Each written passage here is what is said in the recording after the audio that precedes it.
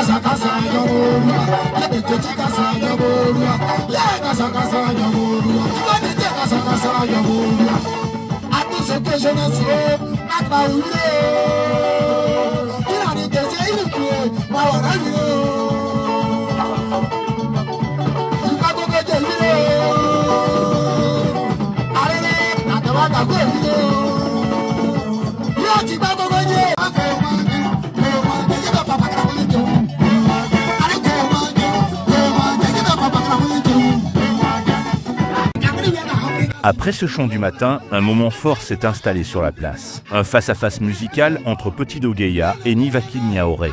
Les deux artistes, chacun avec leur style et leur puissance vocale, se sont lancés dans un échange rythmé et émouvant, alternant chant et réponse, captivant l'attention de tous les présents. Ce duel artistique n'était pas une simple compétition, mais un hommage vibrant et sincère, où chaque note racontait une histoire, chaque refrain portait la mémoire de notre père, et chaque silence laissait place à la réflexion et au recueillement. Les spectateurs, profondément touchés, suivaient avec respect ce dialogue musical, qui symbolisait à la fois la vie, la mort et la continuité de la mémoire au-delà du départ.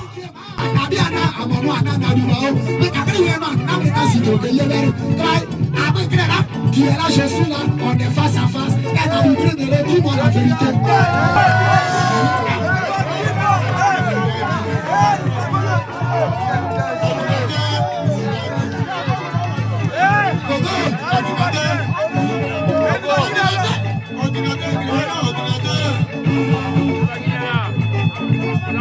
Je suis un créateur.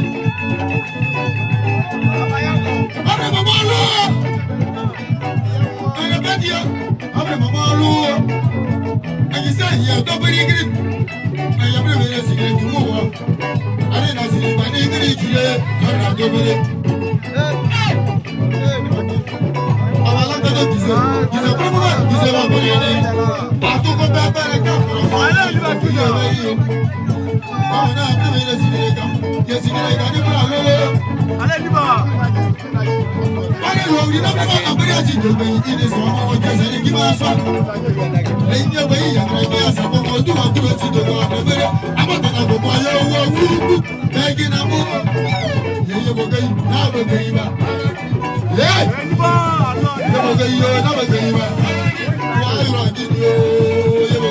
Après ce magnifique face-à-face, l'artiste Gogoua Debi a pris le relais. Sa voix s'est élevée doucement, puis avec intensité, emportant tous les cœurs présents.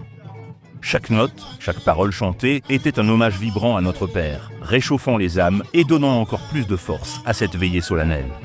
La musique continuait à tisser un lien entre les vivants et le souvenir de Diomondé Matteux, offrant à tous un moment de partage, d'émotion et de respect profond.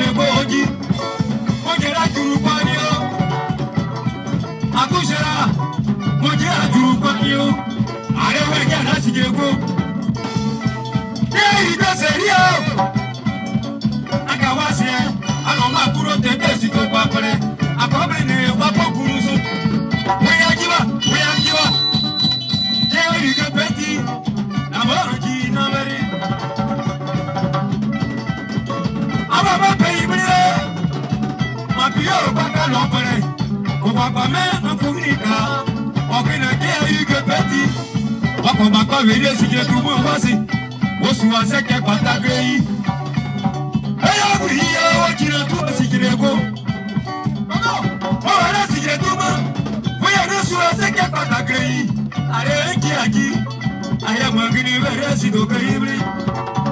Après ces instants riches en chants, en danse et en témoignages, le moment tant redouté est enfin arrivé, l'heure de l'enterrement.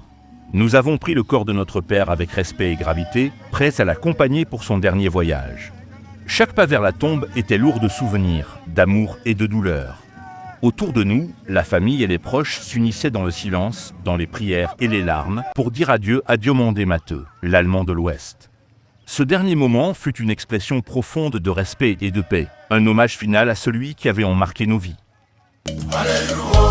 Est-ce que je t'ai fait, tu m'as abandonné, je suis resté dernier. À cause de vos mauvais comportements, la jeunesse fut révélée. Les méchants ne résistent pas au jour du jugement, il va les payer. Nous voilà enfin arrivés au cimetière. Avec une grande solennité, nous avons pris le corps de notre père pour le déposer dans la tombe. Les pleurs étaient intenses, lourds de douleur et de chagrin. Nous étions tous submergés par l'émotion, chacun pleurait à cœur ouvert, conscient que c'était le dernier moment où nous pouvions lui dire adieu. Ce moment, à la fois déchirant et chargé d'amour, restera gravé dans nos mémoires pour toujours.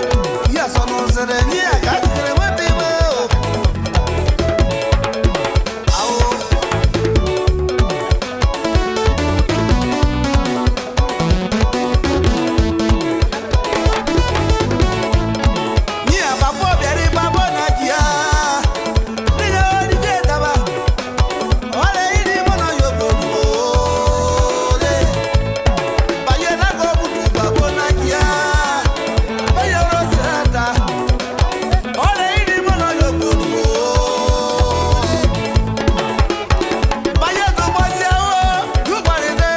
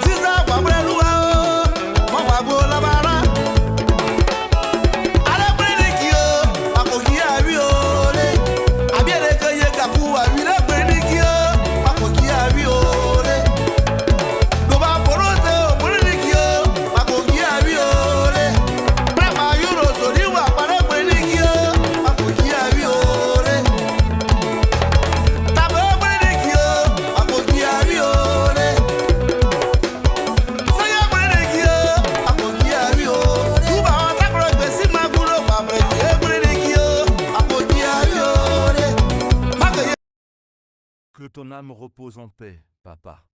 Tu resteras à jamais dans nos cœurs et nos souvenirs. Repose en paix, Diomandé Matteux, l'Allemand de l'Ouest.